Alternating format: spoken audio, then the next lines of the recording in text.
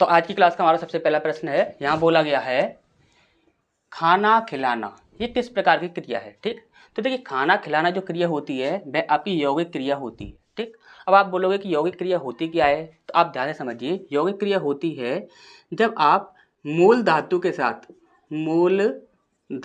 साथ आप यौगिक धातु ऐड कर देते हो तो वह बन जाती है आपकी यौगिक क्रिया। ठीक, क्या बन जाती है? यौगिक क्रिया। जैसे कि हम यहाँ पर बोले मूल धातु क्या हो जाएगा, जैसे कि हम बोले चल, क्या बोला? चल, तो चल ये आपका मूल धातु हो जाएगा। इसके बाद यदि यौगिक धातु की बात करें तो देखिए यौगिक धातु होता है धातु के साथ, क्या? धातु के साथ आप प्रत्यय लगा देते हो, तो वही बन जाता है आपका यौगिक धातु। ठीक, चल के साथ हमने वो जोड़ दिया चला। चल जो था ये आपका मूल धातु था, इसके साथ हमने क्या किया कि आप प्रत्यय लगा दिया, तो ये क्या हो गया? चला। तो ये क्या हो जाए आपका पूरा चल चला जो हो गया वह आपका यौगिक क्रिया हो गया। ठीक, तो अच्छे से समझ आ गया होगा। इसी प्रकार से खाना खिलाना, ठीक, ये क्या हो गया? आपका यौगिक क्रिया हो गया। ठीक, अब यहाँ पर आप ध्यान से समझिए। जैसे कि हम यहाँ पर बोले हैं कि प्रेरणार्थक क्रिया क्या होती है। यदि किसी को ना पता हो प्रेरणार्थक क्रिया क्या होती है, तो प्रेरणार्थक क्रिया वह होती है जहाँ पर एक व्यक्ति स्वयं कार्य ना करके किसी और से कराता है। जैसे कि हम यहाँ पर बोलें कि राम ने मोहन से पत्र लिखवाया। हमने बोला राम ने मोहन से पत्र लिखवाया। राम ने स्वयं पत्र को नहीं लिखा है, उसे उसने मोहन से लिखवाया है। किसी और से करवाई गई क्रिया को क्या कहलाते हैं? यहाँ पर प्रेरणार्थक क्रिया। ठीक, इस पर नेक्स्ट देखें तो द्विकर्म क्रिया क्या होती है। तो द्विकर्म क्रिया जो होती है वह एक ऐसी क्रिया होती है जहाँ पर एक वाक्य के अंदर दो कर्म पाए जाते हैं और दोनों कर्मों का संबंध क्या होता है? इस एक क्रिया से होता है, तो वहीं पर आपका होता है द्विकर्म क्रिया। अब देखिए द्विकर्म क्रिया में होता क्या है, दो कर्म होते हैं। उसमें कितने कर्म होते हैं? दो कर्म होते हैं, जिसमें से पहला होता है प्रथम जो होता है वह रहता है आपका प्राणीवाचक। ठीक, प्राणीवाचक यानी कि आप यूँ कह सकते हो सजीव। क्या कह सकते हो? सजीव। और दूसरा जो होता है वह होता है आपका अप्राणीवाचक। यानी कि आप कह सकते हो निर्जीव। क्या कह सकते हो आप? निर्जीव। ठीक, तो यहाँ पर जैसे कि हम एग्जाम्पल से समझें तो यहाँ पर आप कह सकते हो जैसे कि मोहन ने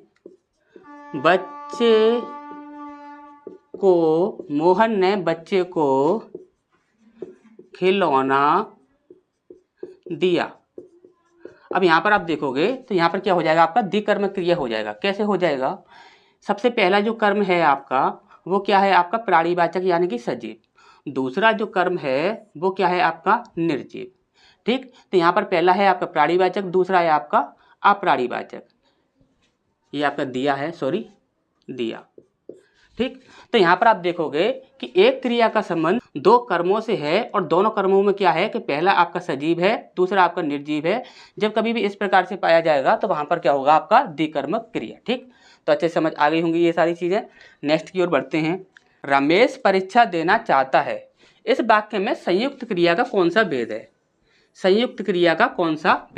देखिए संयुक्त क्रिया जो होती है यहाँ पर देखो आपको चार देखने को मिल रही हैं। आपसे ये भी पूछा जाता है कि संयुक्त क्रिया जो होती है उसके टोटल कितने भेद होते हैं। ठीक, तो आप बताओगे संयुक्त क्रिया के टोटल आपके 11 भेद होते हैं। कितने भेद होते हैं? 11 भेद होते हैं। ठीक, तो यहाँ पर देखते हैं। सबसे पहला है आपका निश्चय बोधक। निश्चय बोधक कब होगा? तो निश्चय बोधक तब होगा जब किसी बात की निश्चितता का बोध किया जाएगा। ठीक, दूसरा है आपका अभ्यास बोधक।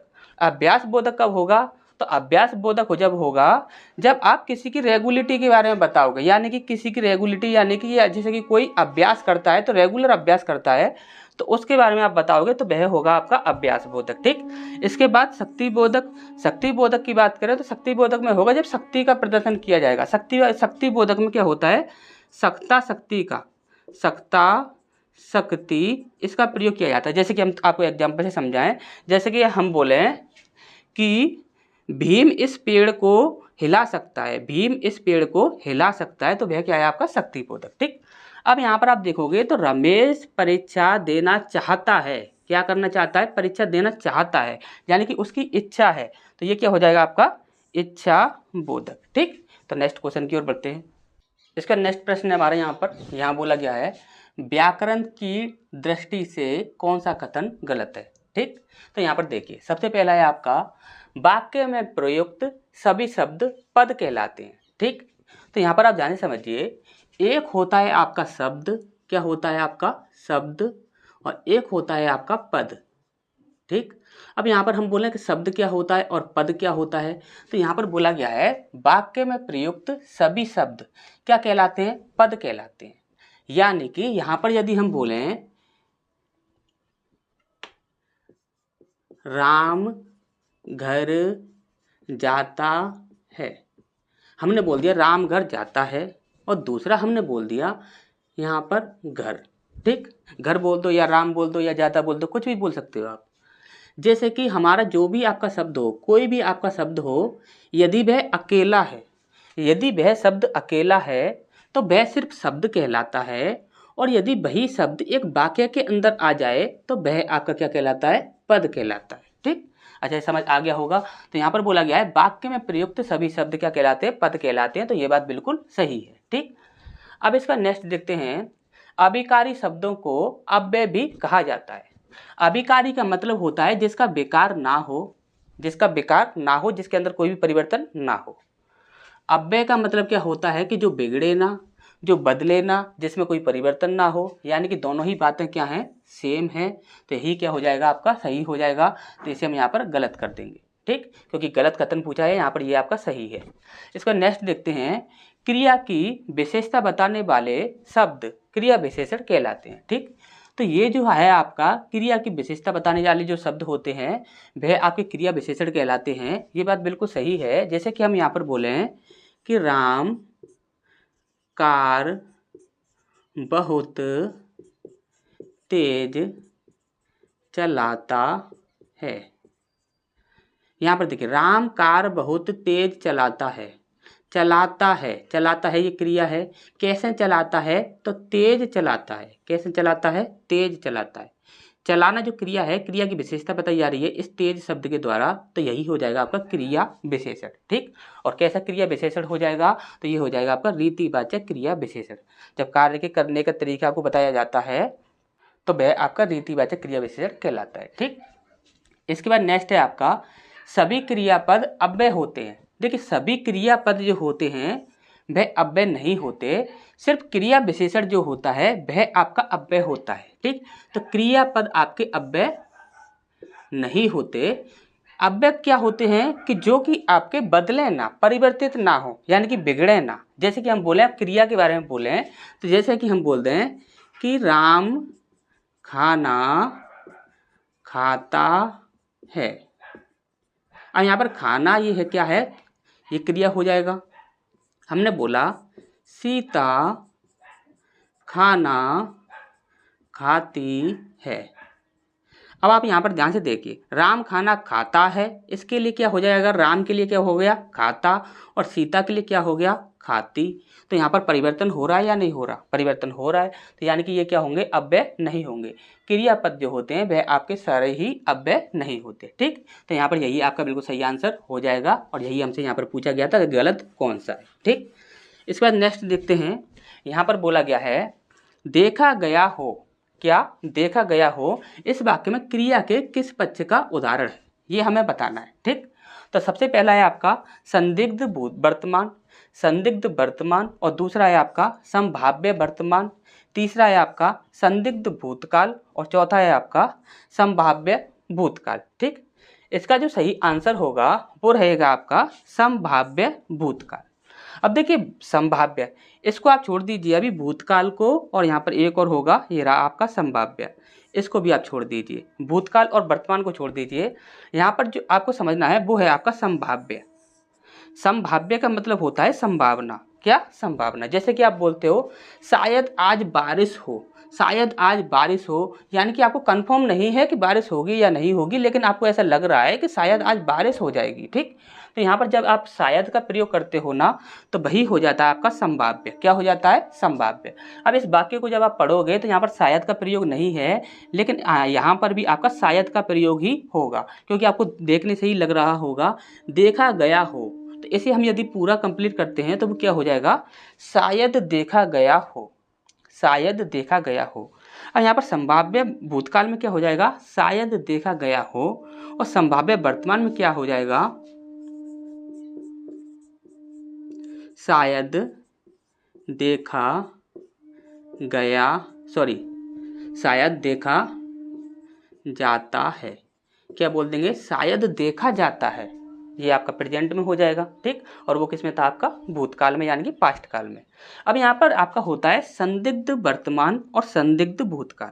अब संदिग्ध वर्तमान और संदिग्ध भूतकाल में होता क्या है, तो देखिए संदिग्ध वर्तमान की बात करें तो उसमें आपका एक वाक्य जैसे कि हम बनाएं तो यहाँ पर बनेगा वे क्रिकेट खेले, ये खेले नहीं होगा, खेल होगा। ठीक, खेल रहे होंगे, वे क्रिकेट खेल रहे होंगे। तो ये किस में हो जाएगा, ये हो जाएगा आपका संदिग्ध वर्तमान में। और संदिग्ध भूतकाल में क्या हो जाएगा, तो संदिग्ध भूतकाल में हो जाएगा जैसे कि हम यहाँ पर बोले हैं, इसी को बना देते हैं जैसे कि वे क्रिकेट खेले होंगे। ठीक, वर्तमान में आएगा तो वे क्रिकेट खेल रहे होंगे, और भूतकाल में आएगा तो वे क्रिकेट खेले होंगे। ठीक, अच्छे से समझ आ गया होगा। तो नेक्स्ट क्वेश्चन की ओर बढ़ते हैं। इसका नेक्स्ट प्रश्न हमारे यहाँ बोला गया है, चिड़िया आकाश में उड़ रही है। इस वाक्य में क्रिया का कौन सा भेद है, ये हमें बताना है। ठीक, तो सबसे पहला है आपका अकर्मक, दूसरा है आपका सकर्मक, तीसरा है आपका समाप्ति बोधक, और चौथा है आपका दिकर्मक। ठीक, अब यहाँ पर आप ध्यान से समझिएगा, चिड़िया आकाश में उड़ रही है। हमने आपको बोला था जब कभी भी आपको सकर्मक और अकर्मक की पहचान करनी हो तो आपको क्या करना है कि क्या करके प्रश्न पूछना है। क्या करके प्रश्न पूछने पर यदि उत्तर जो है वह आपका कर्ता के रूप में आता है, किसके रूप में आता है, कर्ता के रूप में आता है, तब आप बोलोगे कि ये क्या है, आपकी अकर्मक, क्या हो जाएगी, अकर्मक क्रिया। और यदि उत्तर जो है वह कर्म के रूप में आता है, किसके रूप में, कर्म के रूप में आता है, तो वह हो जाएगी आपकी सकर्मक। ठीक, क्रिया का प्रभाव यदि कर्ता पर पड़ता है तो वह अकर्मक, क्रिया का प्रभाव यदि कर्म पर पड़ता है तो वह सकर्मक। ठीक, अब यहाँ पर आप ध्यान से देखिए, चिड़िया आकाश में उड़ रही है। हमने पूछा क्या उड़ रही है, हमने पूछा क्या उड़ रही है, तो आपने बोला कि चिड़िया उड़ रही है। हमने पूछा क्या उड़ रही है, तो आपने बोला चिड़िया उड़ रही है, और चिड़िया इस वाक्य में सब्जेक्ट है, यानी कर्ता है। क्रिया का प्रभाव कर्ता पर पड़ता है तो वह क्या हो जाती है, आपकी अकर्मक क्रिया। अब यहाँ पर यदि हम आपसे बोलें कि उड़ना जो है वह आपका अकर्मक क्रिया है, अकर्मक क्रिया है, तो हमने बोला कि इसका सकर्मक रूप क्या होगा, सकर्मक रूप क्या होगा। तब आपको यहाँ पर बताना है उड़ना जो होता है इसका सकर्मक रूप हो जाएगा उड़ाना। क्या हो जाएगा, उड़ाना। कैसे हो जाएगा, तो एग्जाम्पल से समझते हैं। जैसे कि हमने यहाँ पर एक एग्जाम्पल लिया, हमने बोला कि मोहन कबूतर उड़ाता है। अब हमने यहाँ पर क्या करके प्रश्न पूछा, क्या उड़ाता है, क्या उड़ाता है, तो आपने जवाब क्या दिया कि कबूतर उड़ाता है। या फिर हमने बोला कि मोहन पतंग उड़ाता है, तो हमने पूछा क्या उड़ाता है, तो आपने जवाब दिया कि पतंग उड़ाता है। पतंग उड़ाता है या कबूतर उड़ाता है या कुछ भी उड़ाता है, तो वहाँ पर वह यहाँ पर देखोगे तो ये क्या है, आपका सब्जेक्ट है, कर्ता है, और ये क्या है, कर्म है, यानी कि ऑब्जेक्ट है। अब क्रिया का प्रभाव जो है वह किस पर पड़ रहा है, कर्म पर पड़ रहा है, तो ये क्या हो जाएगा, आपका सकर्मक क्रिया। ठीक, तो उड़ना का सकर्मक रूप होता है उड़ाना। ठीक, अब यहाँ पर हम बोले कि जैसे कि सोना जो होती है, सोना जो होती है वह आपकी अकर्मक क्रिया होती है। क्या होती है, अकर्मक। यदि हम यहाँ पर बोलें कि सोना क्रिया का सकर्मक रूप क्या होगा, तब आप क्या बताओगे कि सोना क्रिया का सकर्मक रूप होगा, वो रहेगा आपका सुलाना। क्या, सुलाना। जैसे कि हम एग्जाम्पल से समझें तो यहाँ पर आप बोल सकते हो, जैसे कि माँ ने बच्चे को सुलाया। माँ ने बच्चे को सुलाया। हम पूछे क्या सुलाया, हमने पूछा क्या सुलाया, तो आपने बोला कि बच्चे को सुलाया। हमने पूछा क्या सुलाया, तो आपने जवाब दिया बच्चे को सुलाया। और बच्चा इस वाक्य में क्या है, ऑब्जेक्ट है यानी कर्म है, तो क्या हो जाएगी आपकी सकर्मक। क्या हो जाएगी, सकर्मक क्रिया। ठीक, तो देखिए जितनी भी आपकी क्रियाएं होती हैं उनमें देखिए 90% जो आपकी क्रियाएं होती हैं वो आपकी सकर्मक और अकर्मक दोनों ही रूप रखती हैं। ठीक, और एक बात और याद रखिएगा, जितनी भी आपकी सकर्मक क्रियाएं होती हैं वो आपकी प्रेरणार्थक क्रियाएं भी होती हैं, या फिर हम ये कहेंगे कि 100% जो प्रेरणार्थक क्रिया होती है, प्रेरणार्थक 100% जो प्रेरणार्थक क्रियाएं जो होती हैं वह सभी आपकी क्या कहलाती हैं, सकर्मक कहलाती है। और प्रेरणार्थक क्रिया क्या होती है तो आपको अच्छे से पता है, जब स्वयं कार्य न करके किसी और से कराया जाता है तो वह प्रेरणार्थक क्रिया कहलाती है। और जितनी भी आपकी प्रेरणार्थक क्रियाएं होती हैं वह आपकी सकर्मक क्रियाएं भी होती हैं। ठीक, तो अच्छे से ये बात याद रखिएगा, काफ़ी इंपॉर्टेंट है और ये पूछा भी जाता है। ठीक, इसके बाद नेक्स्ट देखते हैं। नेक्स्ट प्रश्न है हमारा यहाँ पर, यहाँ बोला गया है क्रिया के मूल को क्या कहते हैं। ठीक, क्रिया के मूल को क्या कहते हैं, तो देखिए एक होता है आपका धातु और एक होता है आपका प्रत्यय। इस प्रकार से धातु के साथ प्रत्यय लगाने से हमारा बन जाता है क्रिया। क्रिया बन जाता है, क्या बन जाता है, क्रिया। जैसे कि हम बोलें कर, ये आपका एक धातु रूप हो गया, ना ये आपका एक प्रत्यय हो गया, तो ये बन गया आपका करना। तो ये क्या हो जाएगा, क्रिया। ये धातु, ये प्रत्यय, ये क्रिया। इसी प्रकार से पढ़, ये आपका धातु रूप है, ना ये आपका प्रत्यय है, इसी प्रकार से क्या बन गया आपका पढ़े ना। ये क्या बन जाएगा आपका क्रिया। ये धातु, ये प्रत्यय और ये क्रिया। ठीक, तो यहाँ पर आप अच्छे से समझ चुके होंगे कि क्रिया का जो मूल रूप जो होता है उसे हम धातु कहते हैं। क्रिया के मूल को क्या कहते हैं, तो उसे हम क्या कहते हैं, धातु कहते हैं। ठीक, तो अच्छे से समझ आ गया होगा। नेक्स्ट क्वेश्चन की ओर बढ़ते हैं। इसके बाद नेक्स्ट प्रश्न हमारे यहाँ पर, यहाँ बोला गया है निम्नलिखित में से किस विकल्प में नाम धातु क्रिया है। कौन सी पूछी गई है, नाम धातु क्रिया। ठीक, तो यहाँ पर आप ध्यान से समझिएगा। एक होती है, देखिए काफ़ी कन्फ्यूजन रहता है इन दोनों में ही। एक होती है आपकी नाम धातु, क्या होती है, नाम धातु। और एक होती है आपकी दूसरी नाम बोधक। क्या होती है, नाम बोधक। एक होती है आपकी नाम धातु और एक होती है आपकी नाम बोधक। ठीक, अब यहाँ पर आप हमेशा ही याद रखिएगा, जब कभी भी धातु दिख जाए आपको, क्या दिख जाए, धातु, बोला जाए नाम धातु तो आपको धातु दिख रहा है। जब कभी भी आपको धातु दिखेगा तो आप वहाँ पर क्या करोगे कि संज्ञा के साथ आप आना, याना या ना प्रत्यय जोड़ दोगे।